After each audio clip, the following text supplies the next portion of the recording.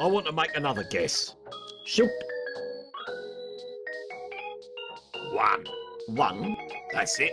1. Your guess is 1. Yes, 1. If this contest wasn't free, I'd say you were throwing your money away. Oh well, it's your funeral. Right, 1 it is. Just don't picture yourself driving this sweet ride into the sunset. That's okay. I'm too busy picturing myself driving this sweet ride into a city landmark. A gold envelope with the number 1 inside. Beans in a beanie, beans in a beanie. Hey, mister, while you was over there thinking about ponies, an officious-looking prig dressed in a suit just like yours put that on your windscreen. Eh? Oh, it's the envelope. How did I miss him? Probably because you're a gullible twat with an arse for a chin. Gather round, people. It's the moment you've all been loitering around for. The official golden envelope has arrived. This envelope contains the number of beans packed into this here vintage 1965 beanie. Some lucky lad or lassie at the fair will be driving home in this British classic. The grand total of beans in this automobile is 1. 1 bean? How can that be? I've got more than 1 bean stuck between my teeth. Well, it came out of a golden envelope, so it must be true. Now, did anyone here say 1? Oh, it's me! I've won the car! This is the happiest moment of my entire day. Oh, well done you. What a stroke of good luck. Most men only dream of winning a beanie, and here I am, living the dream. There's a knack to opening the driver's door. Hold the button in and give the handle a good yank.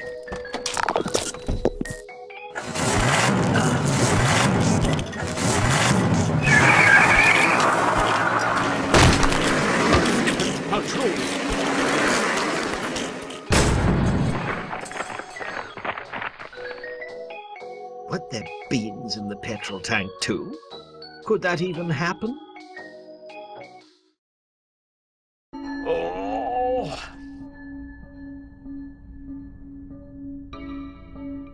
I'm getting to like the taste of flour. Gets better every time, like caviar or urine. Did I say urine? I meant Valialand cider. Right, where's this tosspot then?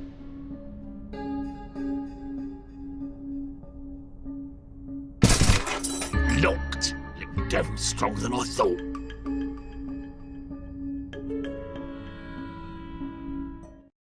Barnsley Noble. Ah, Detective Inspector Hector. I heard the familiar sound of the wanton destruction of municipal property downstairs and knew you must have arrived.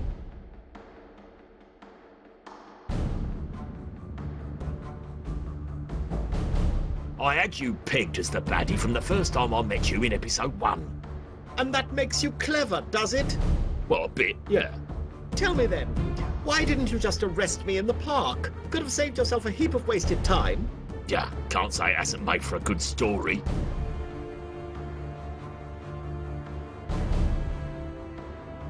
Before you destroy us all, I just have one question for you. I'm all ears.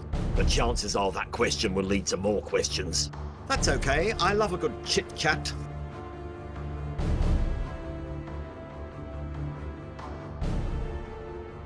What was the point of all those useless quests you had me on? Surely you've worked it all out by now. Let's pretend I'm a complete dullard and I haven't yet.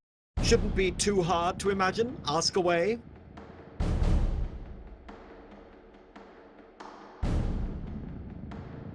Why'd you make me fix the clock? I'd think that was the most obvious. Try me. I trust that since you escaped the death tank, you found your way into my lab at the farm, yes? You heard the notes and saw the fate of the poor badger. Now, where best to play those notes for a whole town to succumb to them? Ah, the sound of the pealing bells ringing across the sky will, to me, be the sweet sound of rebirth. Why'd you make me tear down the Exotico? May it rest in peace. Setting aside the fact that the Exotico was the physical manifestation of at least 5 of the deadly sins, and the fact that it was run by that horrible, gluttonous sloth, Filthy Rich. Now, have you ever taken the time to speak to Filthy Rich? He's actually rather nice. And the fact that it represented everything that was wrong with the Clappers Reek Chamber of Commerce. I needed that. Oh, you're trying to say you wanted to get your hands all over Filthy Rich's massive throbbing pole. Not in those exact words, but yes. You see, the bells are good, but to amplify the vibration of the bells to carry across the entire town, You needed an enormous vibrator. I needed the intense output of waves it provided to... Your plan for the destruction and rebirth of a sinful town hinged on your acquisition of an enormous sex toy? Well, yes. Kind of ironic, isn't it? Where the hell is my 25,000 quid? Why, how do you think I funded this lovely festival? Boy, can't get much for 25 large these days. Most of it went on the band. Never mind, I get it. What was the exact moment in your life that made you such an unhappy little man? Oh, Hector, are you profiling me like an actual real detective? No, I just want some backstory I can taunt you with later. Well, since you're being so uncouth about it, I'll make this long and dull. Ah, what the hell? Bald bags, what have I done? Back when I was but a young lad. Yeah, town went ugly on you. Look, we did all this back at the building. Oh yes, right, we did. I'll skip ahead to college. As the town was quickly descending into the moral cesspit of peccadillo, I had ascended to the top of my class at Clappers Reek Polytechnic. Ha! Top of his class? They give out diplomas like we give out parking tickets. I graduated with honours, with a double major in hospitality and biochemistry. I was ready to challenge the world. Despite offers from all over the country, I made a beeline for the Clappers Reek Tourism Board. I was going to do my best to turn this town around and make it a place to be proud of again. I had fresh ideas, new campaigns to bring in the tourist in droves, drive up the economy and the town's sense of self-worth. If only they'd listened to me then.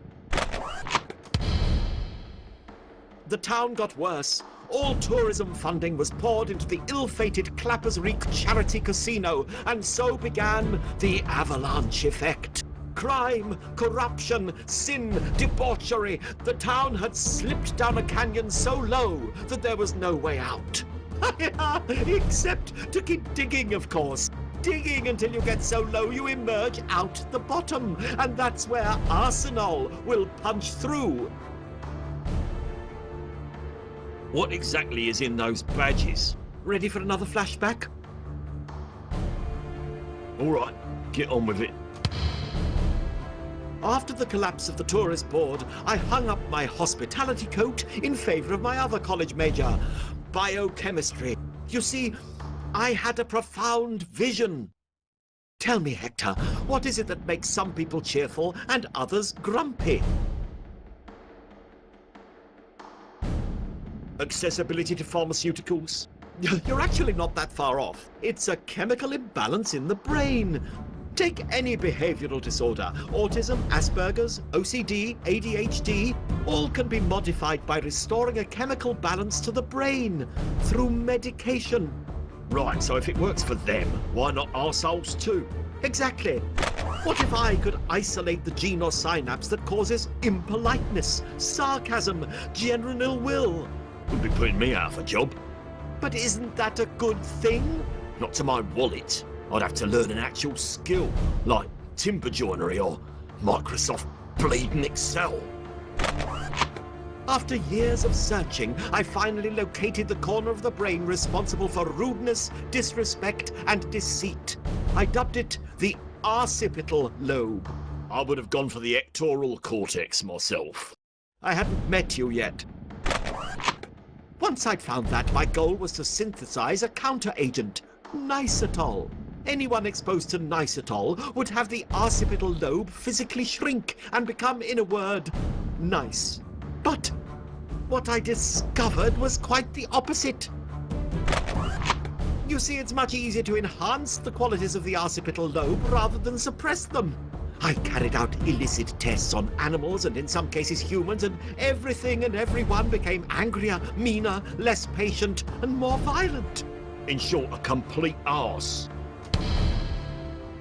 Yes, So, in attempting to create nice at all, you actually created... arsenal! Buckets of it! Enough for every man, woman, and child in the town 10 times over.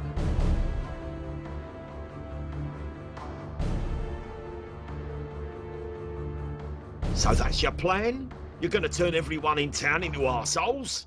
Yes, an entire town of raving, vicious, amoral bastards. How will you know it worked? Because I'll be up here watching as the whole town boils over in a horrible, bloody death match.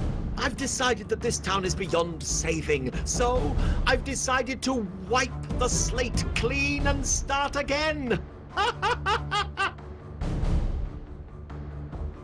So what do you expect to happen once the bells go off?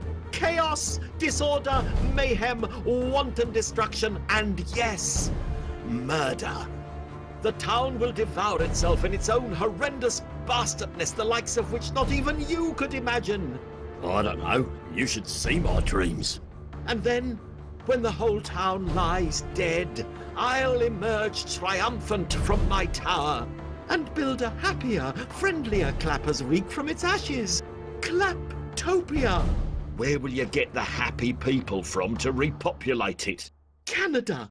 Oh yeah, they're good people, except the French, of course. Yeah, you're not kidding. Why don't you just move to Newquay or something? Why should I be the one who has to move? I'm the nice guy. You're kind of going against the grain a bit. This is my town, and you've all ruined it. So I'm going to ruin it back. That's a bit immature. You dare to call me immature? Tosspot. Your stories are the delusional, ludicrous gibberings of a raving half-wit. Where have I heard that before? I think I said something like that to you back at the building. It was such a well-phrased insult, I thought I'd use it again. What exactly is in those badges? Ready for another flashback? Oh no, anything but that. You seem busy, I won't keep you any longer. That's a marvel of modern engineering, that is. I can't even work me digital cable. Ugh, empty, that old lush. So, that's what he needed the pawn shop demolished for. And it all comes together. Hold off on Armageddon just a few more minutes. I'm making popcorn downstairs. Right, there's got to be something around here I can use to unequivocally monkey up his detonator, what's it? Wonder where that clocksmith fella got off to. Probably airdropped him into downtown Tehran. They'll take anybody these days. I thought bumpers were supposed to protect the car from damage on impact. Lies. Well, I'm sure I can find a use for this. Strong little bugger.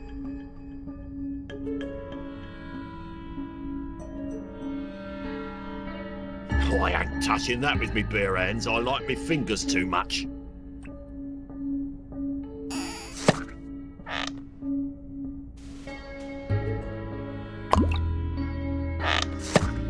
One drop. I was hoping for the ultimate Molotov cocktail to bung up his device. Still, drunkards can't be choosers. Best to save it for something small. A single drop of corrosive moonshine. Best to save it for something small. Always meant to come back here with Murder Most Moist 11. Now he'll never know the true joy of moving pictures.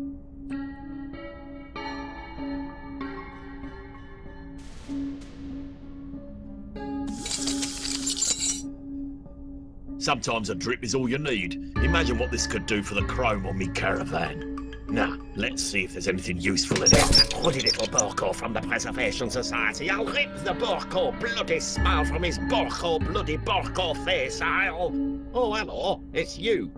No, nothing useful in here. On your feet, soldier. Eh? What? Corporal Flack? Sir! Sir, with all due respect, sir, I am standing at as full attention as I am capable, sir. Oh, wait, it's just you. Excuse me while I sit back down in disrespect. There's a crazed terrorist up in your clock about to unleash hell upon the town. Serves them bloody right, I say. Call me when the smoke clears. And get the door on your way out. Quit your belly aching and get up those stairs on the double. Stairs? Ha! Have you taken a look at me lately? With your good eye? Last time I did bloody stairs, I was being pushed by Winston Churchill. Forcefully and down, I reckon. If you don't do stairs, how'd you get up there to fix the clock? Same way I always do. Oh, yes. Which is how, exactly? All right. There's a dumb waiter behind the distillery. Dumb waiter? Where does it go? Opens out onto the roof. From there I take the platform down and get in through window to clock face. Perfect. I can get onto the roof, and then when that smug son of a... I don't mean to ruin your climax, but the dumb waiter only seats one, and that's me. Why can't I go in the dumb waiter? Because I rigged it in such a way that if anyone doesn't match my weight and size is allowed to get within 6 feet of the top, it plummets, killing whoever's inside. Why would you do that? Why else, bloody Borko spies? Look, you old codger, it's time to stand up for what you believe in. Is that another crack at me wheelchair? Of course not, I meant metaphorically stand up. Then you can metaphorically piss up a flagpole, Rosie. Come on, help me. You'll get your self-respect back. Self-respect? Don't talk to me about self-respect. You're the one standing there in his underpants. What the hell are you talking about? I'm fully dressed. Eh? Oh, sorry, can't really see out of my left eye. You help me take this guy down and I promise you a soldier's death. Okay, I'm in. I'm not leaving until you help me. Piss off! Where's me blimmin' shotgun? Good question. Where is your blimmin' shotgun? Oh, right, there was a blockage in the distillery. Only thing I had long enough to waggle it out was me shotgun.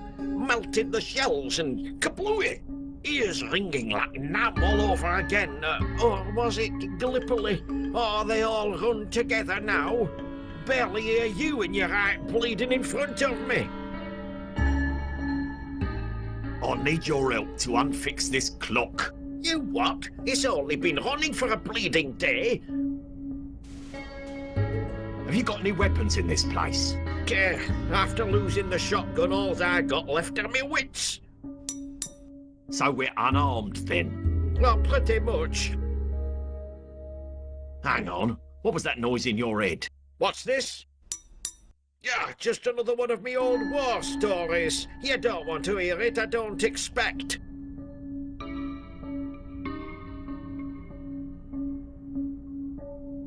Are you kidding? I love your stories like dogs love licking themselves. All right then. It were night. Surrounded on all sides, including above and below. Explosions coming from all directions. I was in the larder, trying to put together late supper for 800 injured soldiers. They called me Cookie. No time for imagination back then. Is this going to be a long one? Then suddenly, bang! Bloody Borko shot right through the hull. Non-perishables flying everywhere. Nowhere to hide. No escape. Tin of chicken Vienna sausages lodged in me head. Still there to this very day. Wow, I'm surprised they didn't make a movie of that. Jerry Bruckheimer's working on it as we speak. Can I see the tin? Ho, ho, ho, boyo. It's a gruesome sight for little eyes such as yours. I dare you to look upon this. Wow. Who told you it was a tin of sausages? Ha! Doctors told me not to worry too much about it. Why? Because it ain't a tin of sausages. Eh? It's an unexploded bomb. You what? Probably told you not to worry because they figured you'd be dead in an hour. Explains why they put me in a ward by myself.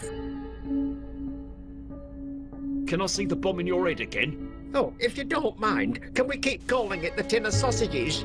Hey, your tin. Neat. You help me take this guy down and I promise you a soldier's death. Okay, I'm in. Sit tight. I always do. I lost my lower intestine in war. Let's see that bomb in your head again. Right, now, hold still. This may pinch a bit. Wow! I can see your brain. What happens when I do this?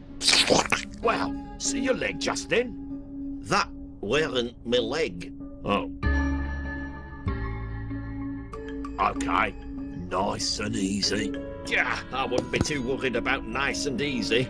Fallen on me head more times than you've had on ladies. So, 4 times then. Oh, really? No, I had you down for less than that. Well, regardless of your definition of hot, I wouldn't be too ginger with that thing.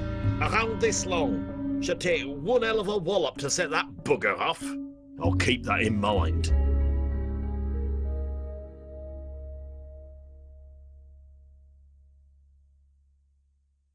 Sorry, Lardo, no can do. That dumbwaiter's built specifically to house one lithe warrior and his stealth transport unit. You mean a brittle skeleton wrapped in a flaking husk of skin in his rusty wheelchair? You want my help or not? Stealthy warrior. Got it.